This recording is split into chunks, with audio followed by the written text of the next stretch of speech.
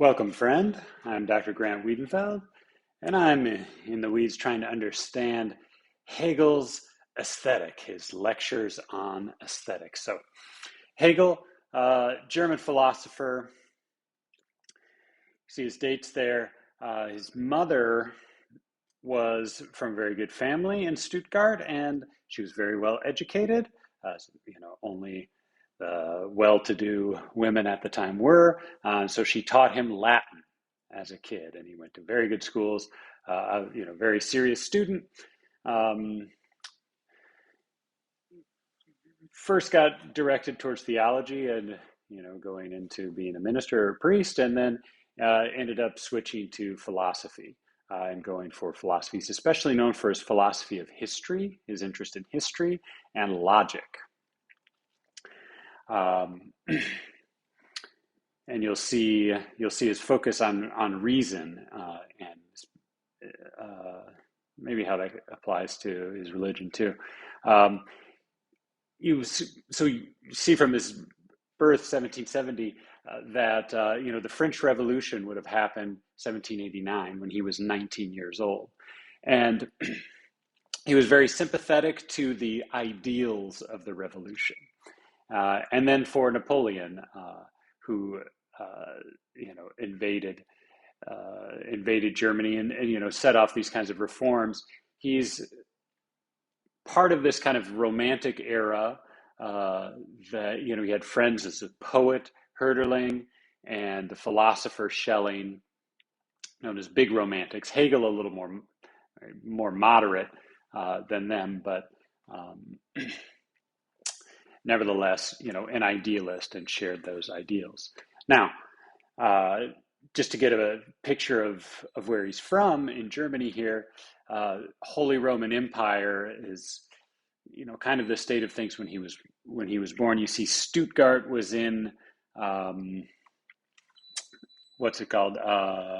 Württemberg, the kind of kingdom that's yellowish on the left and mustard yellow on the right, and then he's in Baden when he's in Heidelberg later, and Jena's where he also taught is in the right. But at the end of his career, when he becomes famous, he's in the biggest, most important city in the German Federation, which is Berlin. That was in Prussia at the time. Now, Germany became one, centralized empire after 1870. Here, before it, before this stage, the Austrian Empire was very important. It's green on the left. It's also the kind of darker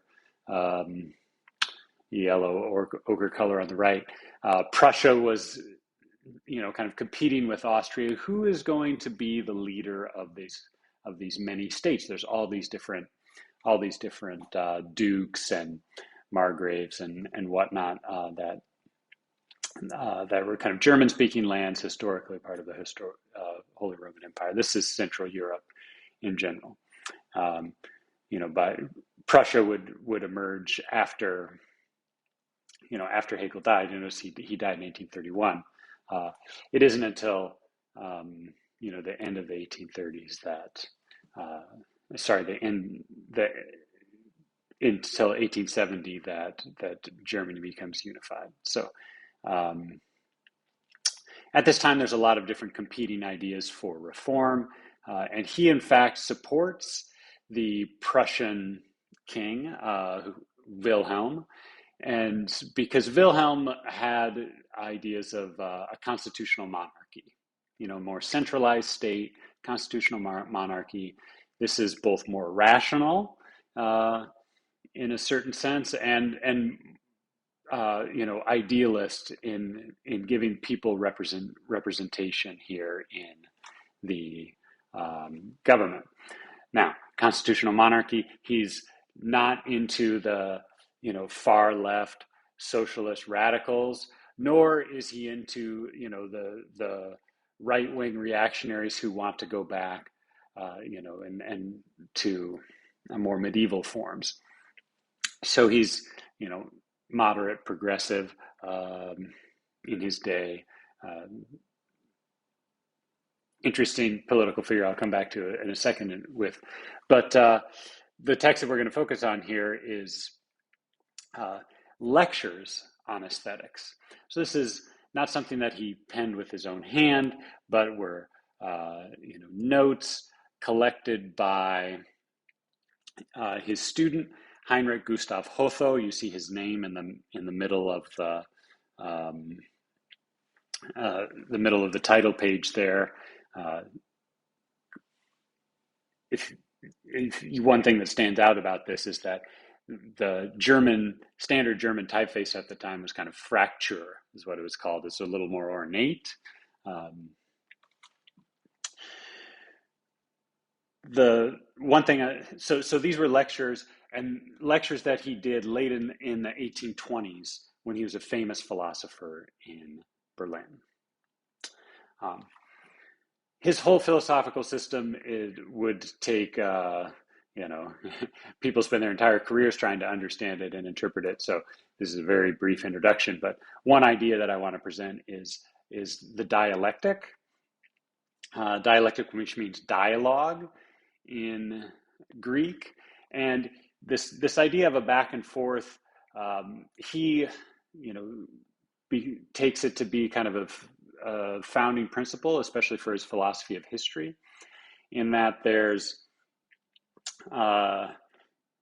one idea, a thesis, and then there's some sort of opposing idea or thing that opposes the antithesis, and through the kind of conflict of the two of them, there's or that collision, there's a synthesis that forms a higher understanding, and then that synthesis, becomes the new thesis that leads to a second antithesis, and so you see how progress happens by stages here, and how it's centered on the mind, that by considering both sides of something, to put it simply, leads to this higher understanding, and then that higher understanding also has another side to it and leads to a higher understanding, and so forth. So this is important for a number of different things. I mean, two of the big philosophers that he influenced, Kierkegaard, who was a Danish philosopher, really important for Christian theology and existentialism, and this idea of subjectivity, that Hegel is an idealist, and this is not just in terms of his aspirations for reforms in the state, but idealist in the sense that the truth is in the idea, the truth is in the mind, and as opposed to substance, the matter of the world, he's interested in the mind, which has no substance, and he's thinking of the idea as nothingness. So that sense of nothingness is in Kierkegaard. Also, Adorno is really focused on negation, and Eisenstein, another film theorist, where you can see traces of this thought. Marx also in kind of setting he's less moderate and very much less Christian, at least on the surface. Well, definitely less Christian, but Marx is persuaded by the philosophy of history and this sense of progress through conflict. Okay, so that's just a little picture of Hegel overall and some of his influences. This is a big text, but I'm just going to focus on two parts of it with a little outline in between.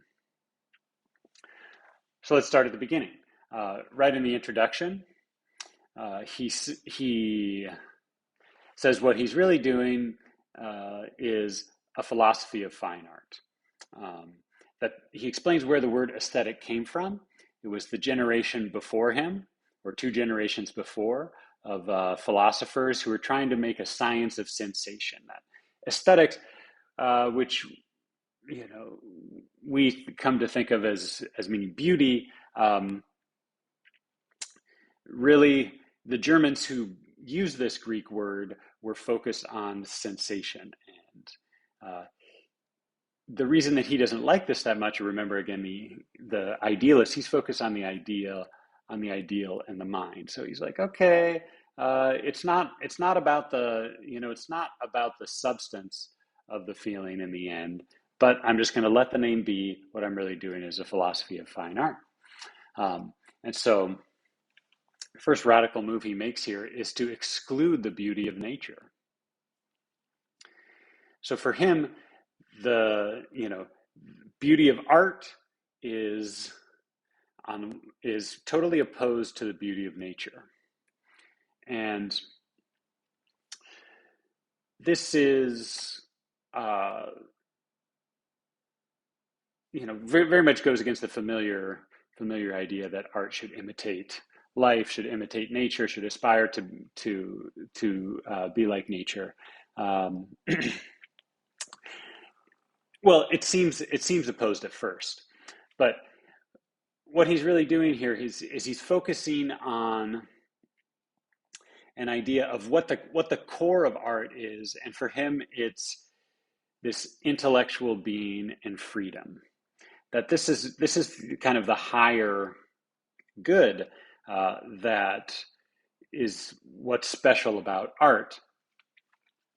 And kind of looking back in the tradition, I see this in the line of Aristotle. In the Poetics, he's thinking of art as form. What it is this formal thing, and it's a logical thing. There's a logical unity to it. So Hegel takes us to the next level and thinking about, what art is this unity. It is in the mind. As opposed to, one reading of Plato is to think about poetry as these kind of beastly bodily impulses. Here, very focused on the higher mind. Now, he explains a little bit here. Mind and mind only is capable of truth and comprehends in itself all that is, so that whatever is beautiful can only be really and truly beautiful as partaking in this higher element and as created thereby.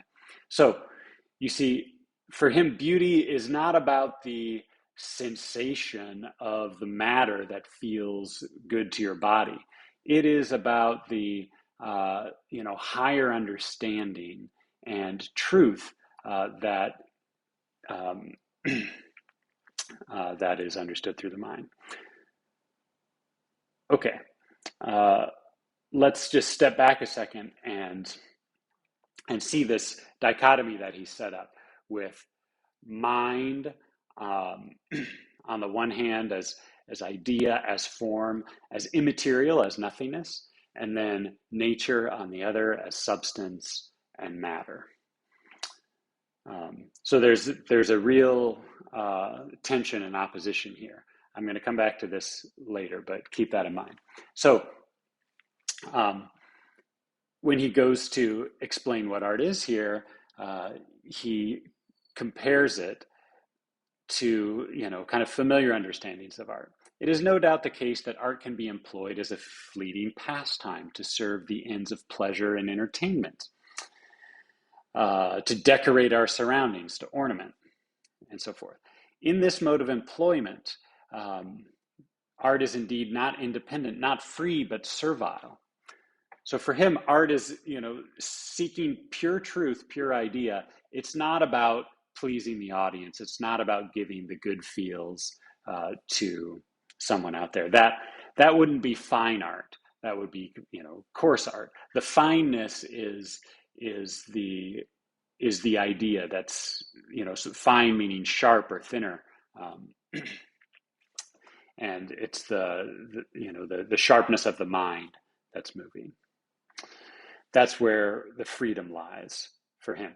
And it's freely created in the sense that the artwork, the reasons for why it's made this way and that way, don't have to do with the external purpose of a political end or a an entertainment end. It's about the work itself makes sense to itself. Now, really good art should also, be pleasing and maybe have, a good effect on politics in the end, but it doesn't get there by pointing to try and do that thing. It just tries to have the highest understanding in itself, freely understood, and then whatever consequences just flow from that. Okay, so you see the third thing underlined there. He talks about the attainment of truth as what we're going for here, and then in the final paragraph on this page, you see he puts it on the same sphere with religion and philosophy, a mode of revealing to consciousness and bringing to utterance the divine nature. Okay, so you see, these are three pretty, art is not just an ornament that makes ideas that you could explain in philosophy or express in religious ways and makes them a little more dazzling and spectacular. No, it's not an ornament. It is a way of understanding truth that is every bit as serious, as free as religion and philosophy, but is somehow, a different from them in mode, and that's what we're going to get to next.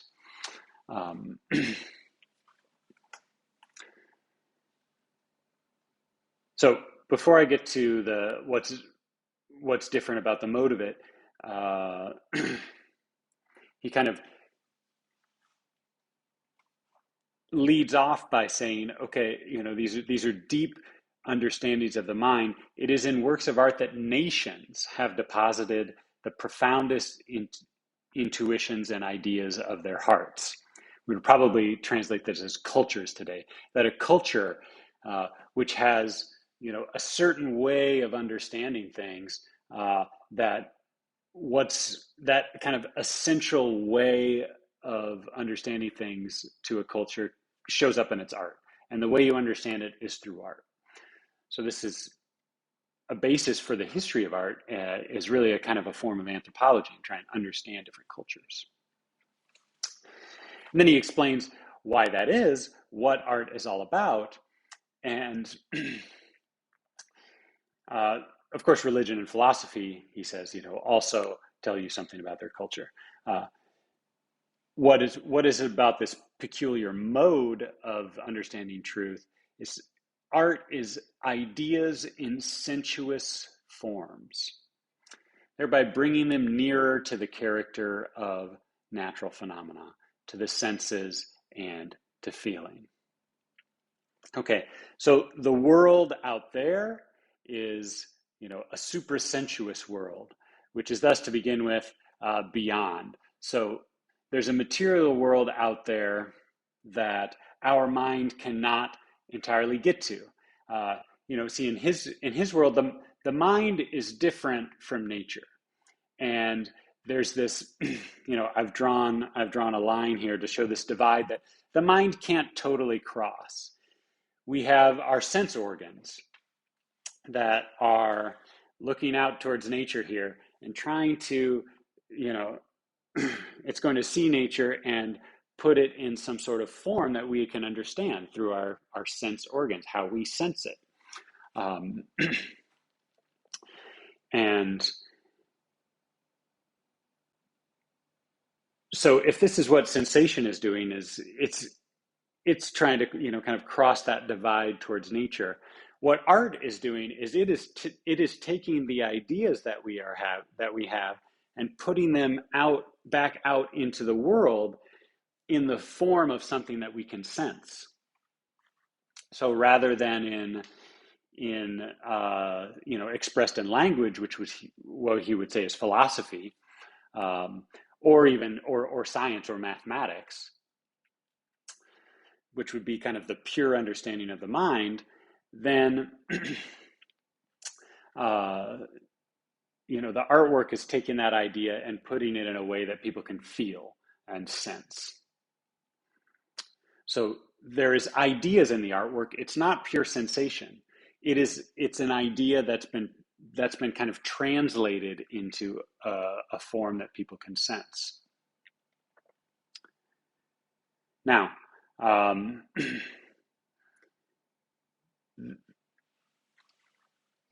deeper question is there's something even more important about what art can do here, and that's that. Okay, so there's limitations of the mind both in getting into this world out here and the sense that the mind itself is, kind of structured along these ideal forms. So this grid here represents, kind of the mathematical, logical way that the mind works. And this is, this is the way the mind works. There is something that Hegel really likes. It's pure, it's purely logical. It's universal, and so forth. Whereas nature is messy. There's all of these, different shapes that substances that don't fit this kind of ideal. And so what science is doing is, it's trying to, in one way, kind of write equations so we can understand how, what are the regular laws, the universal patterns behind all of this messiness, right?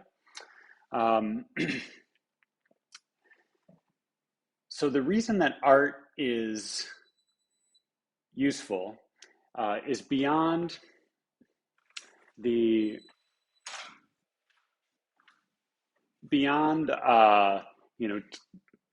kind of taking something from the mind and putting out there. It's also a way for us to get outside of our own minds. And because the mind is following these kind of grid-like perfect patterns, but the mind could be wrong. It can be deceived.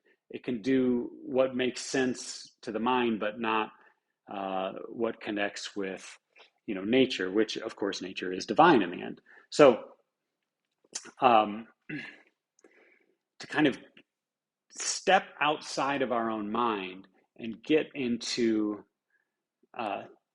we can almost get to nature and through art, because the artwork here is, it's in a sensuous form, and so we can get a kind of idea that's not that's not the pure idea here, because maybe this pure idea is a little bit flawed. So we can jump into the artwork and understand it better. Just a little example of artwork here. This, of course, this comes after Hegel, but Monet, Impressionist, and here you have his haystacks, and he's not painting the haystacks to imitate nature and try and look as much like a photograph as possible. We already have photographs for that. The kind of truth that Monet is after is maybe the truth of the light and the impression of the light in Normandy here in this kind of cold landscape. And there's also the truth of our perception.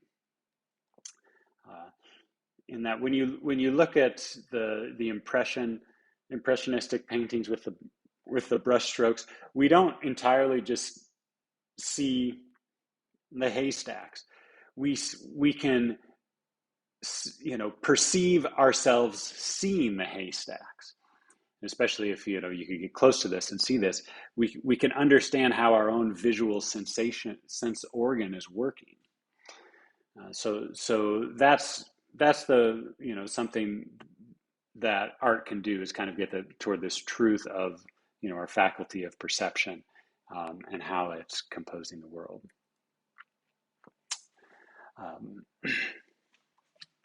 Okay, so,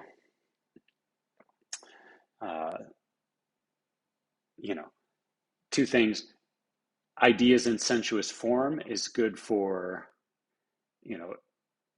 expressing things in a way that maybe you can't express them in math or in clear language. You need poetic language to express these things. And it's a way to step outside of the mind itself. That maybe what seems like a logical way of doing things is kind of out of step with the the truth of nature and the logic of how the world actually is. And so, artwork is a way to get closer to sensation and see how the ideas work and how they can bridge that divide. Now, remember that Hegel said there were three different big modes there. There was art, religion, and philosophy. Well, which one do you think he likes the best? Philosophy. And in fact, he sees, the history of the world, of civilization, as a progress from, art was the first form of kind of ideas that, that primitive man had. And then religion came next, kind of abstracting it. And then philosophy in the end becomes the be all and end all. So what he has to say, thinking about historically, about our world, which for him is in the 1830s, he says, basically, we're in an age of philosophy now. Philosophy, we've discovered philosophy. Philosophy is what it's all about. So art is in fact kind of out of place now. It's a thing of the past, as I underline there. It's this older, more primitive mode. So he says, at the top, art acts as if the universal and rational is contained only as brought into unity with a concrete sensuous phenomenon. It's still bound to sensation. It isn't as free as philosophy is. Therefore, our present and its universal condition is not favorable to art.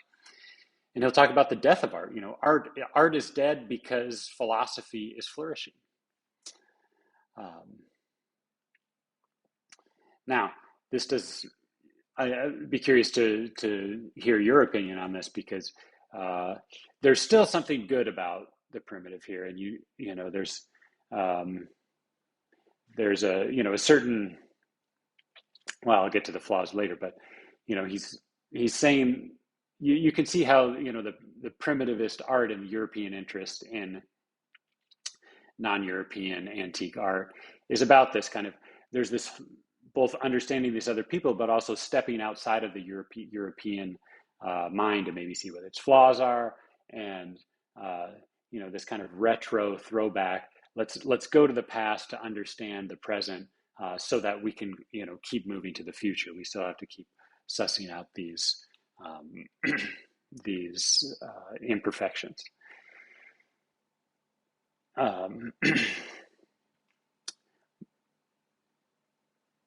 Now, just to kind of conclude here with some criticisms of that. Well, first of all, there's a lot of ego there to say, oh, we are in the age of philosophy and civilization. We are beyond, the old forms of religion and art. Everybody is logically thinking now. Well, that's 1830. How many revolutions came after this? How many world wars came after this? Germany is on the verge of, starting a colonial empire at this point. So,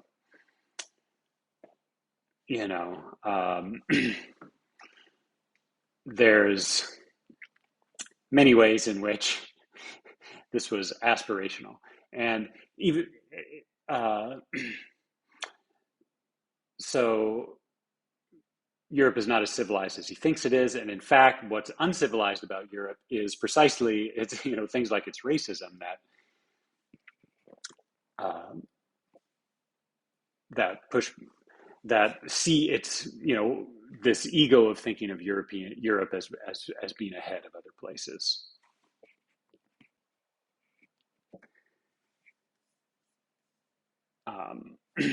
Sorry, I've got my headphones in, and Siri's messing with me. She couldn't understand my lecture.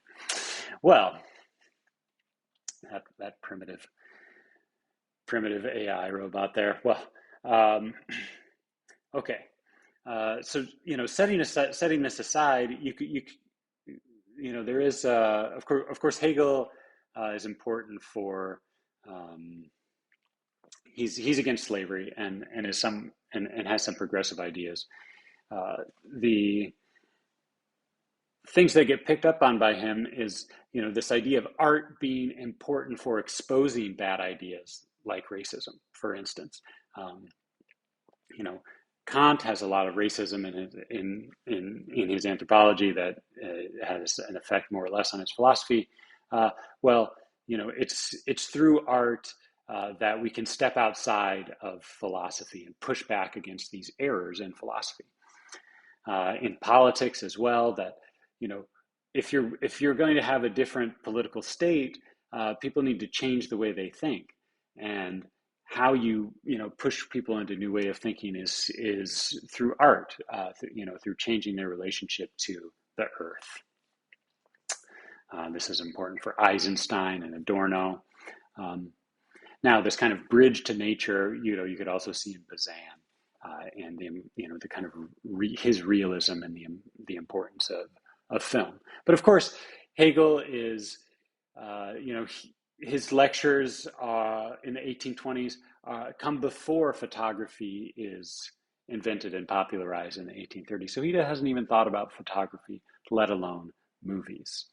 Uh, I still think he's important for film theory, though, because of the influence that he has on everyone, including the history of art and the philosophy of art in general.